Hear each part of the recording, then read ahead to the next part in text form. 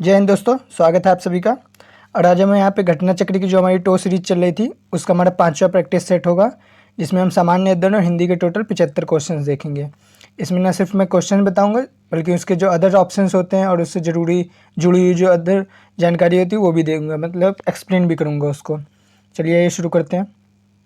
दोस्तों हमारा पहला क्वेश्चन है, इनमें से कौन सा शब्द तत्सम है। तो तत्सम शब्द पूछा है, जो नव्य शब्द है हमारा ये तत्सम शब्द है और इसका तद्भव होता है नया, जो दूसरा ऑप्शन है हमारा। तो तत्सम शब्द है नव्य, उसका तत्सम है नया। और जो अगले ऑप्शन है, जैसे पहला ऑप्शन है नेवला, तो ये तद्भव शब्द है और इसका अगर तत्सम पूछेगा तो नकुल हो जाएगा। और जो सी ऑप्शन है नयन, ये भी तद्भव है, इसका तत्सम होता है नयन। तो ये तीनों को आप याद रखेंगे। अगला क्वेश्चन है हमारा, विद्युत शब्द का तद्भव रूप क्या है। तो विद्युत शब्द का तद्भव रूप होता है बिजली। विद्युत शब्द का पर्यायवाची भी बिजली होता है और तद्भव रूप भी बिजली होता है। और अगर बींधना देखेंगे तो बींधना जो है ये तद्भव शब्द है और इसका तत्सम होता है वेदन वेधन बींधना मतलब कि छेद करना। और बूंद जो होता है इसका तत्सम होता है बिंदु, ये बूंद भी तद्भव शब्द है। तो इन तीनों को भी याद रखेंगे। अगला क्वेश्चन, मेरठ सहारनपुर बिजनौर किस बोली के क्षेत्र में आते हैं। तो मेरठ सहारनपुर बिजनौर जो क्षेत्र हैं ये खड़ी बोली के अंतर्गत आते हैं। ये जो हमारी खड़ी बोली है ये पश्चिमी हिंदी वर्ग के अंतर्गत बोली जाने वाली एक भाषा है और इसको खड़ी बोली को खड़ी बोली या कौरवी भी कहा जाता है। तो ये दोनों नाम याद रखेंगे और ये पश्चिमी हिंदी के अंतर्गत आती है, ये भी याद रखेंगे। अगला क्वेश्चन है हमारा, प्रयत्न के आधार पर ल किस प्रकार की ध्वनि है। ये वर्णमाला का क्वेश्चन है, ल पूछ रहा है किस प्रकार की ध्वनि है, तो ये पार्श्विक ध्वनि है ल। ठीक है दोस्तों। और अगर उच्छिप्त पूछा जाए तो हमारा उच्छिप्त दो होते हैं, ड और ढ। ये उच्छिप्त ताड़नजात या द्विगुण, ये तीनों इसके नाम है ड और ढ के। ठीक है। और जो प्रकंपित होता है ये हमारा र होता है। र को प्रकंपित या लुंठित, ये दोनों शब्द यूज किया जाता है र के लिए। ठीक है दोस्तों, ये याद रखेंगे, इससे क्वेश्चन आता है। और पार्श्विक जो हमारा है ये ल है, तो ये तीनों को याद रखेंगे। अगला क्वेश्चन, किस काल को गद्यकाल के नाम से जाना जाता है। तो ये हमारा सही ऑप्शन हो जाएगा आधुनिक काल। आधुनिक काल को गद्यकाल के नाम से जाना जाता है। और किसने कहा था, अगर ये पूछा जाए तो रामचंद्र शुक्ल ने, आचार्य रामचंद्र शुक्ल जो हमारे थे, उन्होंने जब हिंदी साहित्य को 4 कालों में बांटा था तब आधुनिक काल को गद्यकाल का नाम दिया था। चलिए आगे बढ़ते हैं। अगला क्वेश्चन है, निम्नलिखित में से कौन सा शब्द तिमिर का पर्यायवाची। तो तिमिर का पर्यायवाची हमारा हो जाएगा अंधकार। तम, तिमिर, अंधेरा, ये सब अंधकार के पर्यायवाची होते हैं। और अगर किरण का पर्यायवाची देखा जाए तो किरण का पर्यायवाची होता है हमारा रश्मि, अंशु, मरीचि, अर्ची, कर, ये सब होते हैं। और रात का तो रात्रि हो गया, रजनी हो गया, निशा हो गया, यामिनी, राका, ये सब होते हैं। चलिए अगला क्वेश्चन, अतिवृष्टि का विलोम दिए गए विकल्पों में से कौन सा है। तो अतिवृष्टि का मतलब पहले देखेंगे। अतिवृष्टि का मतलब होता है बहुत अधिक वर्षा, तो इसका जो विलोम होता है हमारा ये हो जाएगा अनावृष्टि। अनावृष्टि का मतलब होता है बिल्कुल वर्षा ना होना, तो अनावृष्टि, अतिवृष्टि। और एक और शब्द होता है अल्पवृष्टि। अल्पवृष्टि का मतलब होता है बहुत कम वर्षा होना। ठीक है, तो तीनों का मतलब आप याद रखेंगे। अगला क्वेश्चन है, किस शब्द का अर्थ सूर्य, पंडित, अंधा, शूरवीर आदि होता है। तो जो बी ऑप्शन हमारा शूर, तो शूर का जो अर्थ होता है सूर्य, पंडित, अंधा और शूरवीर, ये चारों होता है। जो भानु और भास्कर है ये तो सूर्य के पर्यायवाची शब्द हैं। और जो सुर है ये संगीत से रिलेटेड है, तो ये भी नहीं होगा, तो बी ऑप्शन हमारा सही हो जाएगा सूर। चलिए अगला क्वेश्चन है हमारा, जिसका विभाजन नहीं किया जा सके उसके लिए उपयुक्त में से एक शब्द। तो वो हो जाएगा अविभाज्य हो जाएगा। ठीक है, जिसका विभाजन न किया जा सके, और जिसका खंडन न किया जा सके तो अखंडित हो जाएगा। चलिए अगला क्वेश्चन है, मेरे को बाजार जाना है वाक्य में किस प्रकार की अशुद्धि है। तो यहाँ पे देखिए मेरे को की जगह पे मुझे हो जाएगा, मुझे बाजार जाना है, तो ये सर्वनाम संबंधी अशुद्धि है, तो हमारा डी ऑप्शन सही हो जाएगा। अगला क्वेश्चन, सही वर्तनी वाला शब्द कौन सा है। तो ये देखिए आविष्कार जो लिखा हुआ है, ये डी ऑप्शन जो हमारा ये सही लिखा हुआ है आविष्कार। आप सबने लिखा हुआ देखा होगा, तो ऐसे लिखा जाता है आविष्कार, तो हमारा डी ऑप्शन सही हो जाएगा। अगला क्वेश्चन, दिए गए चारों विकल्पों में से कौन सा शब्द पुल्लिंग है, ये पूछा है। तो सुबह अगर देखा जाए तो मेरी सुबह या सुबह हो गई, तो ये स्त्रीलिंग हो गया। मिर्ची तीखी है, तो ये भी स्त्रीलिंग हो गया। मेरी दृष्टि ये भी स्त्रीलिंग हो गया, जीरा जो है ये पुल्लिंग हो गया, तो हमारा सी ऑप्शन सही हो जाएगा। अगला क्वेश्चन है मामा का बहुवचन बना है। तो जो मामा होता है ये हमारा बहुवचन इसका मामा ही रहेगा, क्योंकि जो भी आदर सूचक शब्द होते हैं मतलब संबंधी सूचक शब्द, उनके लास्ट में अगर आ रहा होगा तो उनका जो बहुवचन होता है वो सेम ही होता है। तो मामा जैसे मामा हो गया, दादा हो गया, चाचा हो गया, ये सब संबंधी सूचक शब्द है ना, तो ये ऑप्शन हमारा सही हो जाएगा। अगला क्वेश्चन, वह पब्लिक के हाथों मारा गया, इनमें कौन सा कारक है? तो दोस्तों देखिए यहाँ पे पब्लिक के लगा हुआ है, ये कारक पूछ है, तो यहाँ पे हम के से नहीं ज्ञात कर सकते कि कौन सा कारक है, ठीक है। तो पब्लिक के द्वारा मारा गया, ठीक है, तो इसमें करण होगा, करण कारक, या जैसे कि होता है कर्ता ने कर्म को करण से के द्वारा, पब्लिक के द्वारा, पब्लिक यहाँ पे करण कारक होगा, पब्लिक से मारा गया ना, पब्लिक के द्वारा, तो करण कारक डी ऑप्शन से हो जाएगा। अगला क्वेश्चन, परिवार संज्ञा का कौन सा प्रकार है? तो परिवार जो है ये संज्ञा का समूहवाचक है, जैसे कि परिवार, सभा, दल, कक्षा, सेना, ये सब समूहवाचक के अंतर्गत आता है। चलिए अगला क्वेश्चन, यह गाय अधिक दूध देती है, वाक्य में अधिक विशेषण किसकी विशेषता बता रहा है? दोस्तों देखिए अधिक जो है ये विशेषण है, ये सबको पता है, क्वेश्चन में भी दिया है, ये किसकी विशेषता बता रहा है? तो ये दूध की विशेषता बता रहा है, ठीक है। तो क्योंकि दूध अधिक देती है, अधिक दूध, तो दूध जो है उसकी विशेषता बताया जाए, ये है विशेष्य, दूध को विशेष्य कहेंगे, और जो अधिक है ये विशेषण है, जिसकी विशेषता बताई जाती है वो उसको विशेष्य कहते हैं, तो दूध हमारा विशेष्य हो जाएगा। अगला क्वेश्चन, मोहन पिताजी को पत्र लिख रहा है, वाक्य में क्रिया का भेद प्रयुक्त हुआ है।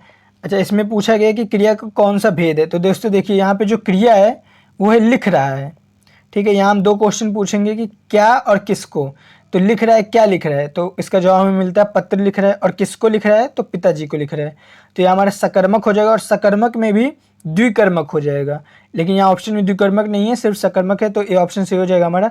द्विकर्मक इसलिए क्योंकि यहाँ पे दोनों दो कर्म है, एक पत्र है और एक पिताजी, ये दोनों ही कर्म है, ठीक है। चलिए आगे बढ़ते हैं। संभवतः वह लिखता है, इस वाक्य में कौन सा काल है? तो दोस्तों देखिए संभवतः वर्ड यूज़ किया गया है, तो मतलब ये संभाव्य वर्तमान है, संभावना प्रकट की जा रही है, तो संभाव्य वर्तमान काल हो जाएगा, डी ऑप्शन सही हो जाएगा हमारा। अगला क्वेश्चन, इनमें से किस वाक्य में कर्मवाच्य है? तो कर्मवाच्य पूछा गया है, तो यहाँ सी ऑप्शन हमारा सही हो जाएगा, श्याम के द्वारा पुस्तक पढ़ी गई, श्याम के द्वारा पुस्तक पढ़ी गई, ठीक है, तो यहाँ पे सी ऑप्शन सही हो जाएगा। यहाँ पे दोस्तों कर्मवाच्य में पहचानने के मैं दो ट्रिक्स भी बता देता हूँ। पहला तो ये क्रिया हमारी है, ये सकर्मक क्रिया है, और सकर्मक क्रिया सिर्फ कृतवाच्य और कर्मवाच्य में ही होती है, भाववाच्य में सकर्मक नहीं अकर्मक क्रिया होती है, और कृतवाच्य में सकर्मक अकर्मक दोनों होती है, और कर्म में सिर्फ सकर्मक होती है। तो यहाँ से हमें ये पता चल गया कि ये भाववाच्य तो बिल्कुल नहीं होगा, और दूसरा के द्वारा लिखा हुआ है, और यहाँ पे ये जो क्रिया का जो लिंग है ये कर्ता के अनुसार नहीं चेंज होके पुस्तक के अनुसार, कर्म के अनुसार चेंज हो रहा है। जैसे अगर मान लो श्याम की जगह पे हम राधा कर दे, राधा के द्वारा पुस्तक पढ़ी गई, तब भी गई ही यूज़ हुआ है, और श्याम के द्वारा भी पुस्तक पढ़ी गई, तो यहाँ पे कर्ता के अनुसार नहीं चेंज हो रहा है, कर्म के अनुसार चेंज हो रहा है, इसलिए सी ऑप्शन सही हो जाएगा, ऐसे पहचानते हैं हम। अगला क्वेश्चन, उपसर्ग इनमें से कहाँ जोड़ा जाता है? तो उपसर्ग जो होता है मैंने आपको बताया था पहले भी कि ये शब्द के पहले जोड़ा जाता है, और शब्द के अंत में क्या जोड़ा जाता है? प्रत्यय जोड़ा जाता है, ठीक है। चलिए आगे देखते हैं। इनमें से त्र प्रत्यय से बना शब्द कौन सा है? त्र प्रत्यय, तो ये जो पितृ भक्ति शब्द है इसमें देखिए त्र प्रत्यय यूज़ किया जा रहा है, तो बी ऑप्शन हमारा सही हो जाएगा। अगला क्वेश्चन है हमारा, अध्यापिकाएं इस शब्द के वचन के आधार पर निम्नलिखित विकल्पों में से सही संधि विच्छेद का चयन करें। तो अध्यापिका प्लस ए, तो ये सी जो ऑप्शन है हमारा ये सही हो जाएगा, अध्यापिका प्लस ए, ये है संधि विच्छेद इसका, अध्यापिकाएं का। अगला क्वेश्चन है हमारा, निष्फल का सही संधि विच्छेद। तो निष्फल का सही संधि विच्छेद निह प्लस फल, ये जो हमारा सी ऑप्शन है निह प्लस फल, ये सही हो जाएगा, ये विसर्ग संधि है। अगला क्वेश्चन, हे भगवान मेरी रक्षा करो, दिए गए विकल्पों में से सही शब्द का चयन रिक्त स्थान के लिए, मतलब रिक्त स्थान में क्या होगा? सर्वनाम होगा, क्रिया हो गया, संज्ञा हो गया, विस्मयादि बोधक चिन्ह। देखिए दोस्तों ये जो हे भगवान है मेरी रक्षा करो, ये एक भावना प्रकट करने के लिए हो रहा है। तो यहाँ पे विस्मयादिबोधक चिन्ह, ये जो होता है ना विस्मयादिबोधक चिन्ह, इसका यूज़ यहाँ पे होगा। तो ये हमारा सी ऑप्शन सही हो जाएगा। जो हमारा विस्मयादिबोधक चिन्ह होता है, इस वजह से खुशी हो गया, शोक हो गया, घृणा, आश्चर्य, पीड़ा, ये सब भाव प्रकट करने के लिए यूज़ किया जाता है। अगला क्वेश्चन हमारा मुहावरे से, गुदड़ी का लाल, इस मुहावरे में क्या असर है? तो इसका सी ऑप्शन सही हो जाएगा, निर्धन परिवार में गुणी व्यक्ति का जन्म होना। ठीक है, गुदड़ी में लाल, निर्धन परिवार में गुणी व्यक्ति का जन्म हो जाना। अगला क्वेश्चन हमारा, मोह को कहाँ ढूंढे बंदे मैं तो तेरे पास में। तो ये पूछा है कि किस संत कवि की लाइनें हैं ये। तो ये बी ऑप्शन हमारा सही हो जाएगा, कबीरदास हैं। ये कबीरदास की लाइनें हैं। कबीरदास की जो रचनाएं अगर पूछेगा तो साखी सबद रमैनी और बीजक इनकी रचनाएं हो जाती हैं, और ये जो लाइन है ये कबीरदास द्वारा लिखी गई हैं। चलिए अगला क्वेश्चन देखते हैं। अगला क्वेश्चन है, छोटा रिक्त स्थान जितना अक्खड़ है बड़ा भाई उतना ही डैश। इसमें विकल्पों में सही शब्द भरना है। तो इसमें हमारा बी ऑप्शन सही हो जाएगा, छोटा भाई जितना अक्खड़ है बड़ा भाई उतना ही भद्र। तो बी ऑप्शन हमारा सही हो जाएगा। अगला क्वेश्चन, अलका सरावगी को किस रचना के लिए साहित्य अकादमी, देखिए दोस्तों फिर से साहित्य अकादमी का एक क्वेश्चन मिल गया। तो इसका डी ऑप्शन से हो जाएगा, कलिकथा बाईपास। ये जो कलिकथा बाईपास है ये अलका सरावगी द्वारा लिखी गई है। इसके लिए इन्हें 2001 इस सन याद रखेंगे, कभी कभी सन भी पूछता है, 2001 में इनको इसके लिए साहित्य अकादमी पुरस्कार प्राप्त हुआ था। चलिए आगे बढ़ते हैं। अगर ये दोस्तों ये पूछा जाए कि 2000 नवीन मतलब साहित्य अकादमी पुरस्कार भी पूछ सकता है, जैसे यूपीपी रेडियो ऑपरेटर में पूछा गया था कि 2023 का साहित्य अकादमी अवार्ड किसको मिला, तो उसको संजीव को मिला है। संजीव लेखक हैं, उनको मिला है। और किस रचना पे मिला, उनका उपन्यास है मुझे पहचानो। ठीक है, तो संजीव को मिला है मुझे पहचानो के लिए 2023 में। अगला क्वेश्चन देखते हैं, बच्चियों की कहानियाँ लिखने वाले और चाचा चौधरी के पात्र की रचनाकार कौन है। तो इसका डी ऑप्शन सी ऑप्शन से हो जाएगा, प्राण कुमार शर्मा। प्राण कुमार शर्मा ने ये चाचा चौधरी वाला पात्र रचा था और बच्चों की कहानियाँ लिखते हैं ये। अगला क्वेश्चन, आम के पत्ते किसकी रचना है जिसके रचनाकार को व्यास सम्मान भी मिला है। तो जो आम के पत्ते ये रामदरस मिश्र का एक काव्य संग्रह है जिसको ये व्यास सम्मान बोला। ये 2011 में इसको व्यास सम्मान मिला था। रामदरस मिश्र हमारे सी ऑप्शन सही हो जाएगा। और ये भी याद रखेंगे ये जो आम के पत्ते एक काव्य संग्रह है। अगला क्वेश्चन, केंद्रीय हिंदी निदेशालय भारत सरकार द्वारा प्रकाशित पत्रिका कौन सी है। तो ये जो बी ऑप्शन है, ये क्वेश्चन पहले भी आ चुका है। बी ऑप्शन भाषा जो है ये केंद्रीय हिंदी निदेशालय द्वारा एक पत्रिका है जिसका प्रकाशन 1961 में प्रारंभ किया गया था। ठीक है, ये सन भी याद रखेंगे। अगला क्वेश्चन, भारतेंदु हरिश्चंद्र द्वारा संपादित पत्रिका इनमें से एक नहीं है। नहीं पूछा है, तो ये जो आनंद कादम्बरी है ये भारतेंदु हरिश्चंद्र की नहीं है, जबकि ये बद्री नारायण चौधरी प्रेमघन की है। बाकी जो है बाल बोधनी, हरिश्चंद्र मैगजीन और कवि वचन सुधा, ये सब हरिश्चंद्र जी की हैं मैगजीन्स। चलिए अगला क्वेश्चन देखते हैं, सूरसागर किसकी रचना है। तो ये बहुत सिंपल है, सूरसागर जो हमारे सूरदास की रचना है। इनकी रचनाएं सूरसागर, सूरसारावली, साहित्य लहरी, ये तीनों इनकी रचनाएं हैं। कबीर की रचना मैंने अभी बताई हैं। कबीर की रचना बीजक हो गया, साखी सबद रमैनी हो गया। और कालिदास की रचना है अभिज्ञान शाकुंतलम। और तुलसीदास की रचनाएं जैसे रामचरितमानस और पार्वती मंगल, जानकी मंगल, ये सब हो गया। चलिए अब हमारे हिंदी के सारे क्वेश्चन समाप्त हो गए हैं। अब हम यहाँ से 39 से जीएस के क्वेश्चंस देखते हैं। पहला क्वेश्चन है, विख्यात भारत माता मंदिर स्थित है। तो ये बी ऑप्शन से हो जाएगा हमारा, भारत माता जो मंदिर है वो वाराणसी के काशी विद्यापीठ परिसर में स्थित है। इसका अगर निर्माण पूछा जाए किसने कराया है, तो बाबू शिव प्रसाद गुप्त। ठीक है, शिव प्रसाद गुप्त ने करवाया इसका निर्माण। और जो इसका शुभारंभ अगर पूछा जाए किसने किया, तो महात्मा गांधी ने 1936 ईस्वी में इसका शुभारंभ किया था। ठीक है दोस्तों, चलिए अगला क्वेश्चन देखते हैं। उत्तर प्रदेश में एक बब्बर शेर सफारी स्थापित किया गया है। तो कहाँ स्थापित किया गया, तो बी ऑप्शन हमारे से हो जाएगा, इटावा में स्थापित किया गया है। इटावा में बब्बर शेर प्रजनन केंद्र और सफारी पार्क दोनों विकसित किया गया है। ठीक है, चलिए अगला क्वेश्चन है, उत्तर प्रदेश में संतरे की पैदावार वाला प्रमुख जिला। तो संतरे की पैदावार सबसे ज़्यादा किस जिले में होती पूछ रहा है, तो सी ऑप्शन हमारा सही हो जाएगा, सहारनपुर में होती है संतरे की।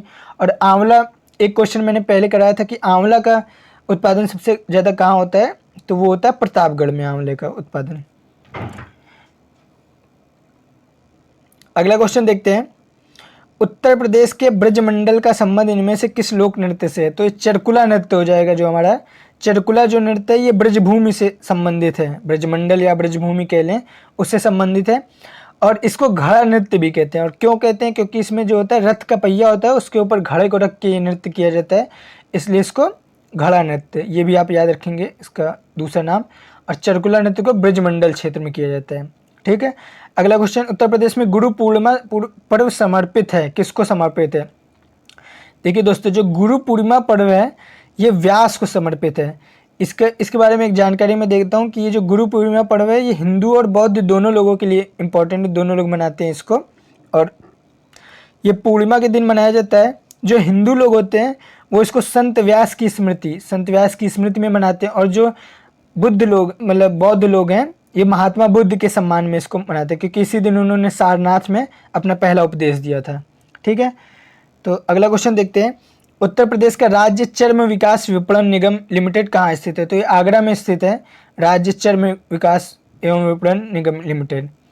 अगला क्वेश्चन है, 36 से 26 मई 2024 के मध्य संयुक्त सैन्य अभ्यास शक्ति का 7वां संस्करण किस देश की सेनाओं के बीच आयोजित किया गया?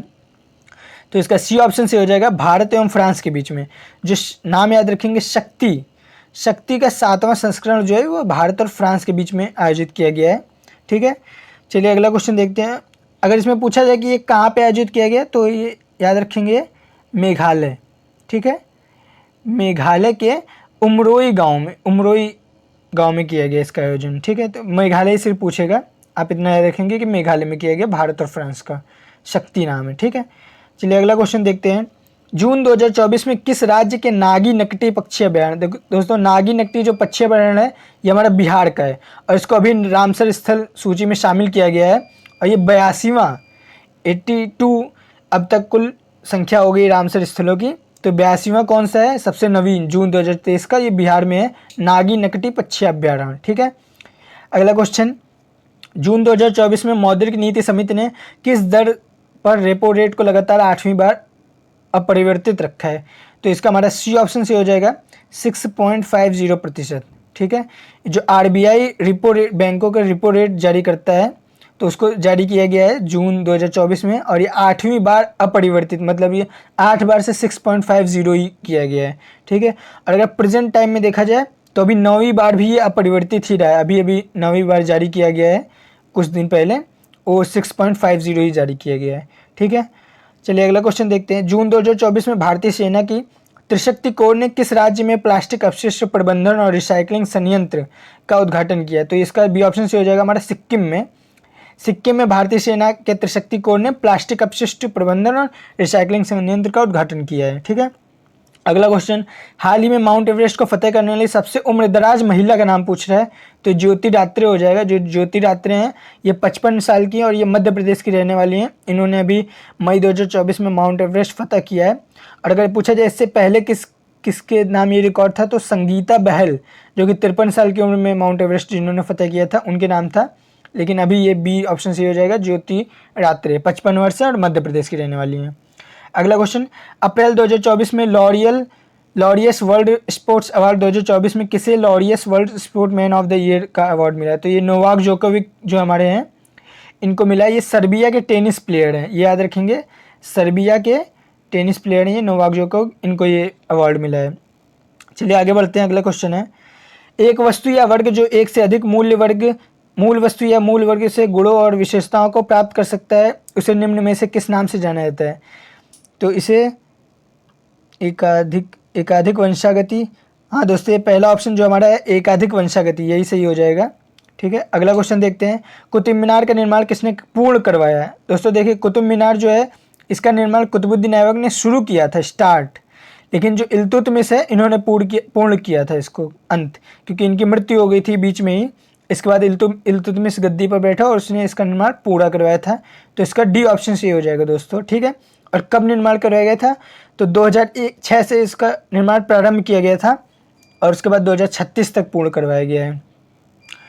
चलिए आगे देखते हैं, कांग्रेस का प्रथम बार विभाजन कब हुआ? तो कांग्रेस का प्रथम बार विभाजन पूछा 1907 ईस्वी में, जो गुजरात की सूरत में कांग्रेस का अधिवेशन हुआ था। इसमें कांग्रेस के जो गरम दल और नरम दल के नेता थे, मतलब गरम दल वो था जिसकी उग्र विचारधारा थी और नरम दल वे जिनमें उदारवादी शामिल थे, तो उन दोनों का विभाजन हुआ। इसको सूरत में हुआ था ये, तो सूरत फूट के नाम से भी जानते हैं। ठीक है दोस्तों, याद रखेंगे इसकी सूरत फूट के नाम से जाना जाता है। और क्वेश्चन आ सकता है कि इसकी अध्यक्षता किसने की, तो रास बिहारी घोष, रास बिहारी घोष ने इसकी अध्यक्षता की थी। ठीक है, RB घोष। तो ये सब फैक्ट आप याद रखेंगे। अगला क्वेश्चन है, निर्देशक तत्व में उल्लिखित अनुदेशक पत्र से मिलते जुलते हैं। मतलब जो निर्देशक तत्व हमारे हैं, राज्य के नीति निर्देशक तत्व, वो किसके अनुदेशक पत्र से मिलते जुलते हैं। तो वैसे तो राज्य के नीति निर्देशक तत्व जो है ये आयरलैंड से लिए गए हैं। ठीक है दोस्तों, आयरलैंड से लिया गया है। लेकिन जो भारतीय सरकार अधिनियम 1935 है, इसके अनुदेशक पत्र से भी इसका कुछ हिस्सा लिया गया है। तो सी ऑप्शन हमारा सही हो जाएगा। जो भारत सरकार अधिनियम 1935 है, इससे हमारे भारतीय संविधान में बहुत सारी चीज़ें ली गई हैं। ठीक है, लगभग 50% चीज़ें मान के चलिए कि इसी से ली गई हैं, और बाकी चीज़ें अन्य देशों से ग्रहण की गई हैं। ठीक है, अगला क्वेश्चन है हमारा, राष्ट्रीय फसल बीमा पोर्टल निम्नलिखित में से किस योजना से संबंधित है। तो इसका पहला ऑप्शन से हो जाएगा प्रधानमंत्री फसल बीमा योजना से। ठीक है, अगला क्वेश्चन, कृषि क्षेत्र में गोल क्रांति का संबंध। जो गोल क्रांति है ये आलू से संबंधित है। देखिए दोस्तों, कृषि से भी हर पेपर में कृषि से एक क्वेश्चन पूछा जा रहा है, इसमें भी और ओरिजिनल पेपर में भी पूछा जाएगा। तो आलू हमारा सही हो जाएगा, सी ऑप्शन हमारा सही हो जाएगा। ठीक है, चलिए आगे बढ़ते हैं। अगला क्वेश्चन, निम्नलिखित अधिकारियों में से कौन डोपिंग रोधी की जांच करता है। तो इसमें डी ऑप्शन से हो जाएगा हमारा व्यापार उपचार महानिदेशालय का वाणिज्य विभाग जो है ये हमारी एंटी डोपिंग की जांच करता है। ठीक है, चलिए अगला क्वेश्चन, जनसांख्यिकी संक्रमण मॉडल का प्रथम चरण द्वारा वर्णित है। तो ये सी ऑप्शन से हमारा उच्च जन्म दर और उच्च मृत्यु दर। मतलब जो जनसंख्या संक्रमण का मॉडल है, इसमें टोटल 4 चरण है। ठीक है, तो जो पहला चरण है उसमें उच्च जन्म दर होती है और उच्च मृत्यु दर होती है। ठीक है, अगला क्वेश्चन, गारो पहाड़ियाँ स्थित है। तो ये मेघालय ऑप्शन हमारा सही हो जाएगा। दोस्तों 3 नाम याद रखेंगे, गारो, खासी और जयंतिया। ठीक है, ये तीनों जो पहाड़ियाँ हैं ये हमारे मेघालय में ही स्थित हैं, गारो, खासी और जयंतिया। ठीक है, चलिए आगे देखते हैं। अगला क्वेश्चन हमारा, प्राकृतिक स्थलीय परिस्थितिकी तंत्र का उदाहरण निम्नलिखित में से कौन सा है। तो इसमें घास स्थल हमारा सी ऑप्शन सही हो जाएगा। अगला क्वेश्चन, पृथ्वी के क्षोभ मंडल में सबसे प्रचुर गैस कौन सी पाई जाती है। आप सबको पता है नाइट्रोजन जो हमारी 78% पाई जाती है, तो ये ऑप्शन से हो जाएगा। ऑक्सीजन जो हमारी 20% पाई जाती है। ठीक है, अगला क्वेश्चन हमारा, प्रथम राष्ट्रीय जल नीति वर्ष कौन से वर्ष में अपनाई गई, ये पूछा है। तो 1987 जो हमारा है, डी ऑप्शन ये सही हो जाएगा। और अब तक इसमें 2 बार संशोधन हो चुका है। कब कब, 2002 और 2012 में इसका संशोधन हो चुका है, और लागू की गई थी 1987 में। अगला क्वेश्चन है हमारा, निम्नलिखित में से कौन सा नृत्य उत्तर प्रदेश का शास्त्रीय नृत्य। देखिए दोस्तों, टोटल 8 शास्त्रीय नृत्य मैंने बताया था, और जो कथक है ये उत्तर प्रदेश का है, भरतनाट्यम जो ये तमिलनाडु का है, ओडिसी जो है नाम से पता चला उड़ीसा का है, और कुचिपुड़ी जो है ये आंध्र प्रदेश का है। ठीक है, और 8 आपको याद रखने की 8 कौन कौन से स्टेट से हैं और क्या क्या नाम है। ठीक है, तो यूपी का सबसे इंपॉर्टेंट है कथक, तो ये याद रखेंगे। अगला क्वेश्चन है, FTP है। तो FTP क्या है ये पूछ रहा है। तो यहाँ पे जो FTP होता है इसका फुल फॉर्म होता है फाइल ट्रांसफर प्रोटोकॉल। ठीक है, इसका उपयोग जो होता है फाइल के मतलब ट्रांसफ़र के लिए किया जाता है, जैसा नाम से ही पता चल रहा है। तो इसमें जो ये बी ऑप्शन है, इंटरनेट से फाइल भेजने या प्राप्त करने की विधि, तो बी ऑप्शन हमारा सही हो जाएगा। अगला क्वेश्चन, RERA का फुल फॉर्म क्या है। तो RERA जो है इसका फुल फॉर्म होता है रियल इस्टेट रेगुलेटरी अथॉरिटी। ठीक है, तो रियल इस्टेट रेगुलेटरी अथॉरिटी, ये डी ऑप्शन हमारा सही हो जाएगा। अगला क्वेश्चन है, पेट्रोलियम निर्यातक देशों का संगठन ओपेक का गठन कहाँ पे किए गए। तो ओपेक जो है ये पेट्रोलियम देशों का संगठन है एक, बगदाद सम्मेलन में 1960 ईस्वी, ये सन याद रखेंगे आप, 1960 ईस्वी में बगदाद सम्मेलन में इसका गठन किया गया, और इसके टोटल 12 सदस्य देश हैं अभी तक। ठीक है, 12 सदस्य देश हैं। कौन कौन है, जैसे ईरान है, इराक है, वही कंट्रीज है जिनमें पेट्रोलियम उत्पादन होता है, सऊदी अरब है, वेनेजुएला, लीबिया, यही सब है। ठीक है, आगे देखते हैं, संयुक्त राष्ट्र दिवस कब मनाया जाता है। बहुत सिंपल क्वेश्चन है, ये 24 अक्टूबर हो जाएगा हमारा, क्योंकि 24 अक्टूबर 1945 को यूएनओ प्रारंभ हुआ था, संयुक्त राष्ट्र ऑर्गेनाइजेशन। ठीक है, अगला क्वेश्चन, भू हदबंदी निम्नलिखित में से किससे संदर्भित करती है। तो इसका डी ऑप्शन से हो जाएगा। भू हदबंदी जो होता है वो उसमें एक सीमा निर्धारित की जाती है कि इससे अधिक कृषि भूमि नहीं रख सकता है एक व्यक्ति। ठीक है, तो अधिकतम सीमा का निर्धारण, जिससे अधिक व्यक्ति कोई भी कृषि भूमि नहीं रख सकता। तो डी ऑप्शन हमारा सही हो जाएगा। ये भी कृषि का ही क्वेश्चन है दोस्तों, दूसरा क्वेश्चन है कृषि का इस सेट में। अगला क्वेश्चन है भूमि अधिग्रहण पुनर्वास और पुनर्स्थापन अधिनियम 2013 में उचित मुआवजा और पारदर्शिता के अधिकार के तहत पुनर्वास और पुनर्स्थापन के लिए नियुक्त एक अधिकारी को क्या कहा जाता है? तो इसे बी ऑप्शन से हो जाएगा, प्रशासन कहा जाता है। ठीक है। अगला क्वेश्चन, साइबर अपीलीय अधिकरण के आदेश के खिलाफ अपील दायर करने की समय सीमा क्या है? तो ये सी ऑप्शन हमारा सही हो जाएगा, 60 दिन समय सीमा है, 60 दिन। ठीक है। सूचना प्रौद्योगिकी अधिनियम की जो धारा 62 है उसके तहत ये किया गया है कि जो उच्च न्यायालय में जो अपील करने की समय सीमा है वो 60 दिन की है। अगला क्वेश्चन हमारा, साइबर अपराध में क्या शामिल है? तो कंप्यूटर के माध्यम से छल अपराध, कंप्यूटर के माध्यम से बौद्धिक संपदा संबंधी अधिकार, इंटरनेट के माध्यम से किसी एकांगता को भंग करना। तो ये तीनों ऑप्शन से हमारा डी ऑप्शन से हो जाएगा, उपयुक्त सभी। ठीक है। अगला क्वेश्चन हमारा, किस वर्ष में शब्द समाजवादी पंथनिरपेक्ष और अखंडता को संविधान की प्रस्तावना में शामिल किया गया है? तो दोस्तों इसका डी ऑप्शन से हो जाएगा 1976। मैंने पहले ही बताया था जो 42वां संविधान संशोधन है इसको मिनी कॉन्स्टिट्यूशन कहते हैं। ठीक है। और इसके क्यों कहते हैं? क्योंकि इसके द्वारा बहुत से सारे चेंजेस किए गए थे और उसी में से ये भी एक चेंज है, समाजवादी पंथनिरपेक्ष और अखंडता जो है इसको शामिल किया गया है इसमें। और जो हमारा मैंने पिछले सेट में भी एक क्वेश्चन कराया था जिसमें 42वें संविधान संशोधन से एक क्वेश्चन पूछा गया था। ठीक है। अगला क्वेश्चन हमारा, भारतीय संविधान में निम्नलिखित में से कौन से अनुच्छेद में सरकार की संसदीय स्वरूप की से संबंधित है? तो अनुच्छेद 74-75 जो है ये भारत सरकार के संसदीय जो हमारा संसदीय स्वरूप है उससे संबंधित है, 74-75। ये ऑप्शन हमारा सही हो जाएगा। अगला क्वेश्चन है, भारतीय संविधान के किस भाग में आपातकालीन प्रावधान, ये सही से नहीं दिख रहा है, आपातकालीन प्रावधान शामिल है? तो जो आपातकालीन प्रावधान है ये भाग 18 में है दोस्तों। ये देखिए ये भाग 18 लिखा है, रोमन में लिखा है। तो भाग 18 में जो है आपातकालीन संबंधी प्रावधान किए गए हैं। ठीक है। और अगर भाग 20 में देखा जाए तो भाग 20 में संविधान संशोधन जो कि दक्षिण अफ्रीका से लिया गया है 368, उसे शामिल किया गया भाग 20 में। और भाग अगर 15 का देखा जाए तो भाग 15 में निर्वाचन मतलब चुनाव से संबंधित चीज़ें हैं। और भाग अगर 12 को देखा जाए तो भाग 12 में वित्तीय संपत्ति इन सब से संबंधित चीज़ों को लिया गया है। ठीक है दोस्तों। तो हमारे टोटल 74 क्वेश्चन हो गए हैं। जीके और हिंदी के टोटल मैंने 74 क्वेश्चन करवा दिए हैं। आप लोगों को क्वेश्चन और एक्सप्लेनेशन कैसा लगे कमेंट करके बताइएगा। और इसकी अगर आपको पीडीएफ चाहिए तो पीडीएफ मेरे टेलीग्राम चैनल पे मिल जाएगी। चैनल के डिस्क्रिप्शन में टेलीग्राम चैनल का लिंक दिया हुआ है। और इसके पीडीएफ में मैंने जीके और हिंदी के अलावा मैथ और रीजनिंग के पूरा पेपर डाला हुआ है, तो जिसको आप सॉल्व भी कर सकते हैं। धन्यवाद दोस्तों।